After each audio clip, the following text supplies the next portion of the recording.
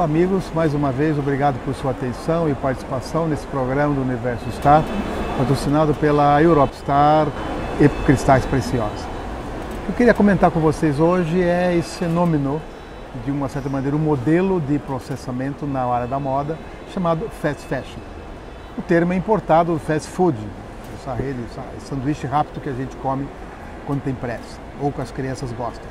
Mas o fast fashion se caracteriza principalmente pela moda rápida, ou seja, acabaram-se as coleções, praticamente, coleções de verão, coleções de inverno, onde o fabricante, o modelista, enfim, o confeccionista, fazia os seus produtos, fazia o seu showroom, o seu desfile e vendia para toda aquela estação. Então o varejista acabava comprando o produto, fazendo pedido de compra para toda a estação.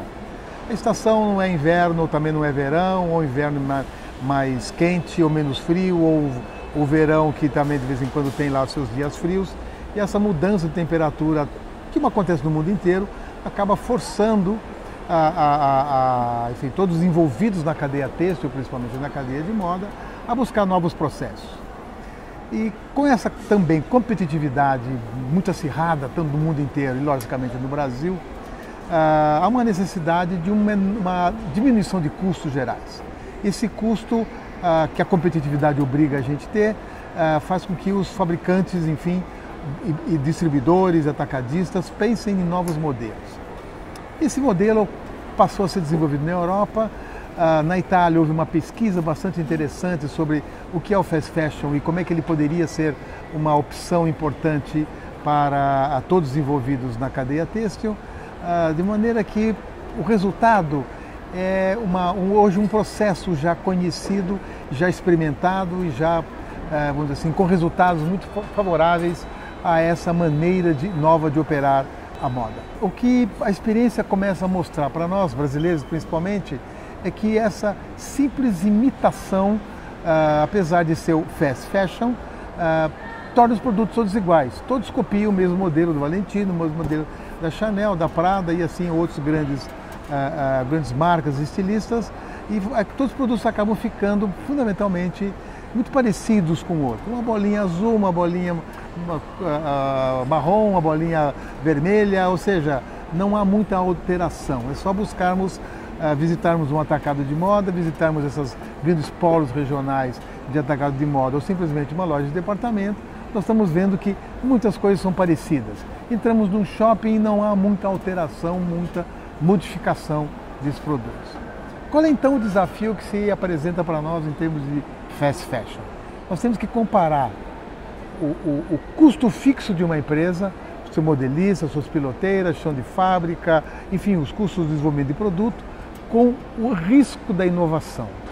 Ou seja, simplesmente buscando custos fixos na alteração e na pequenas modificações de produtos com base na estrutura interna da empresa, não adianta mais. Já foi a época, foi a introdução do conceito de fast fashion no mundo. Mas tem então esse risco de inovação. Quando é que eu tenho que inovar? Quando é que eu tenho que buscar uma inovação para buscar uma diferenciação que possa ter a minha marca com relação às demais concorrentes, seja no atacado de moda, seja no varejo? É exatamente então isso o ponto, a mão que cada confeccionista, cada industrial tem que entender. Ele faz parte de uma cadeia de distribuição.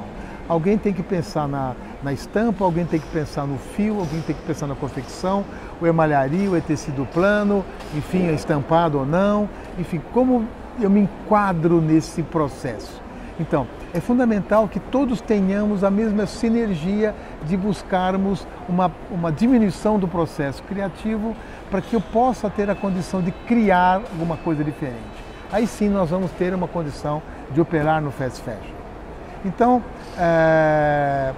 em termos de Brasil, como é que eu posso trabalhar no fast fashion sabendo que no Nordeste eu tenho um clima, eu tenho uma preferência, eu tenho um comportamento de compra diferente do que o meio oeste, diferente do que o sul, que o sudeste e assim por diante. Então, é fundamental que nós tenhamos a percepção desses segmentos de mercado. O que eu quero atender? O mercado sudeste, eu preciso entender o mercado sudeste e entender como é que eles operam.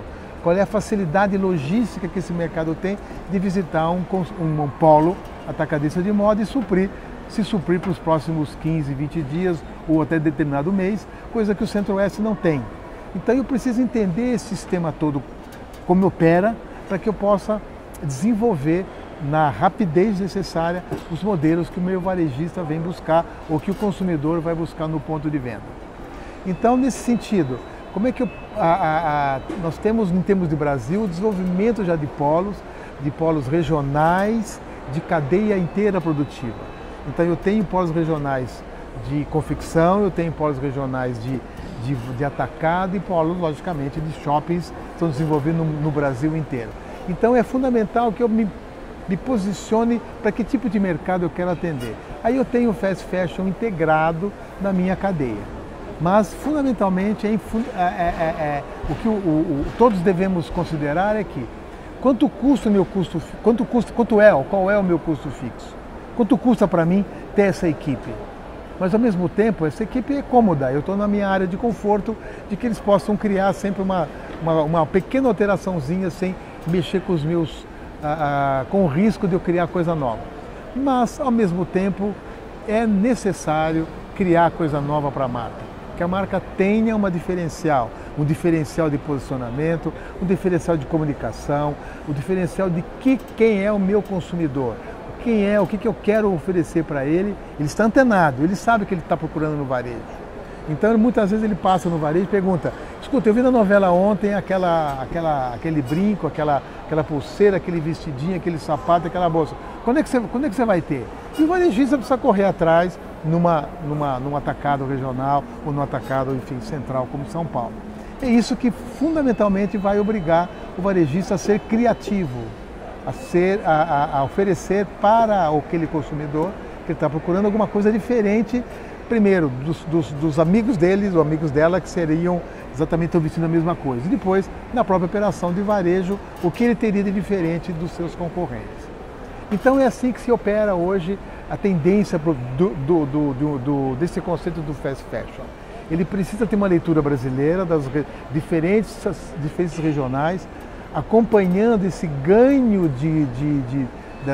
do ganho mensal, ou seja, do incremento da renda mensal da chamada classe C, que não é mais C, é a nova classe média, e o que ela quer, ela exige qualidade de produto, mas ao mesmo tempo uma diferenciação, mas ao mesmo tempo tendo cuidado de buscar adequação, acertar a mão daquela linha ou daquela tendência de mercado que é necessário para o fast fashion. Então, fast fashion, finalizando, não é simplesmente a modinha de ter tudo igual, de ser fácil de produzir, em 15, 20 dias eu posso produzir uma roupa que vai ser igual às outras, porque todo mundo tem o mesmo processo. Eu preciso entrar numa seara criativa. Só assim nós vamos ter o fast fashion que vai concorrer com vantagem ao importado. Hoje, um produto que vem da China demora só de transporte 45 dias para ser liberado pela alfândega, etc, etc, um processo longo. Então, dentro dessa regionalização, dentro desse conceito de agilidade de mercado, nós vamos ter sempre a condição de oferecer para o nosso consumidor final uma moda dentro de uma linha de tendências com variantes que ele precisa para estar diferenciado. É assim que eu vejo este conceito de fast fashion no Brasil hoje.